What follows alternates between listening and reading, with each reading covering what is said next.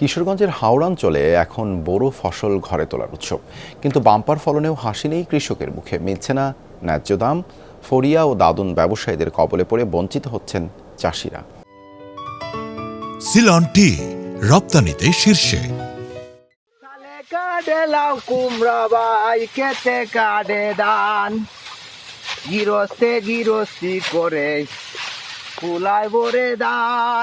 এভাবেই গান গেয়ে বোরো ধানের ফসল ঘরে তোলায় ব্যস্ত কৃষকেরা। কাকডাকা ভোর থেকে সূর্যাস্ত পর্যন্ত চলছে ধান কাটা, মাড়াই আর গোলাই তোলার কাজ। নতুন ধানের মোমো গন্ধে এখন মাতোয়ারা কিশোরগঞ্জের হাওড়াঞ্চল।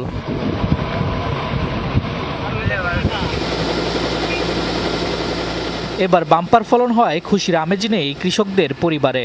মাঠের ফসল থেকে বাজার দরের বিস্তর ফারাক থাকায় ন্যায্য দাম থেকে বঞ্চিত হচ্ছেন চাষিরা।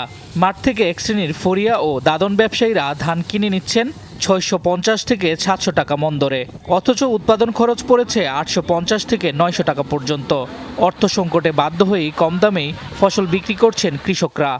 সারের দাম বেশি, ওষুধের দাম বেশি, এখন সব কিছু মিলাই করতে এখন তো যে এই বাজার, ধানের বাজার, তখন তো দেশটার ফলানির বাউ। ধানের খরচ বেশি, যেমন সরকার 500 টাকা বস্তা দিত সার, 700 টাকা বস্তা দিত, এবছর কিন্তু 1400 টাকা বস্তা সার আনন্দ লাগছে। মধ্যস্থভোগীদের দৌরাত্মে নিয়ন্ত্রণের বাইরে চলে যাচ্ছে বাজার। সরকারি ক্রয় কার্যক্রম শুরুর ঘোষণা থাকলেও মাঠ পর্যায়ে নেই বাস্তব প্রতিফলন বলছেন কৃষকরা। সরকার সরাসরি আমাদের কাছ থেকে ধান কিনে নিত, তাহলে ন্যায্য মূল্য দাম পেতাম। আমার বাবা যেই কৃষি কাজ করি, সেই কৃষি কাজ থেকে যদি সঠিক মূল্য পেত, তাহলে আমার বাবার জীবনে আরো উৎসাহ জাগতো কৃষিকাজের মধ্যে।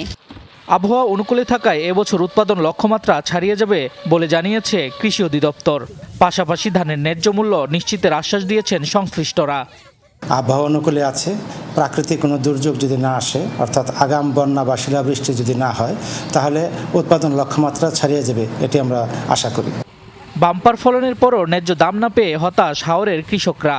তাদের দাবি, দ্রুত সরকারি ক্রয় কার্যক্রম জোরদার করা হলে কিছুটা স্বস্তি ফিরবে কৃষকদের মুখে। শামস তাবরিদ উচ্ছ্বাস, যমুনা নিউজ।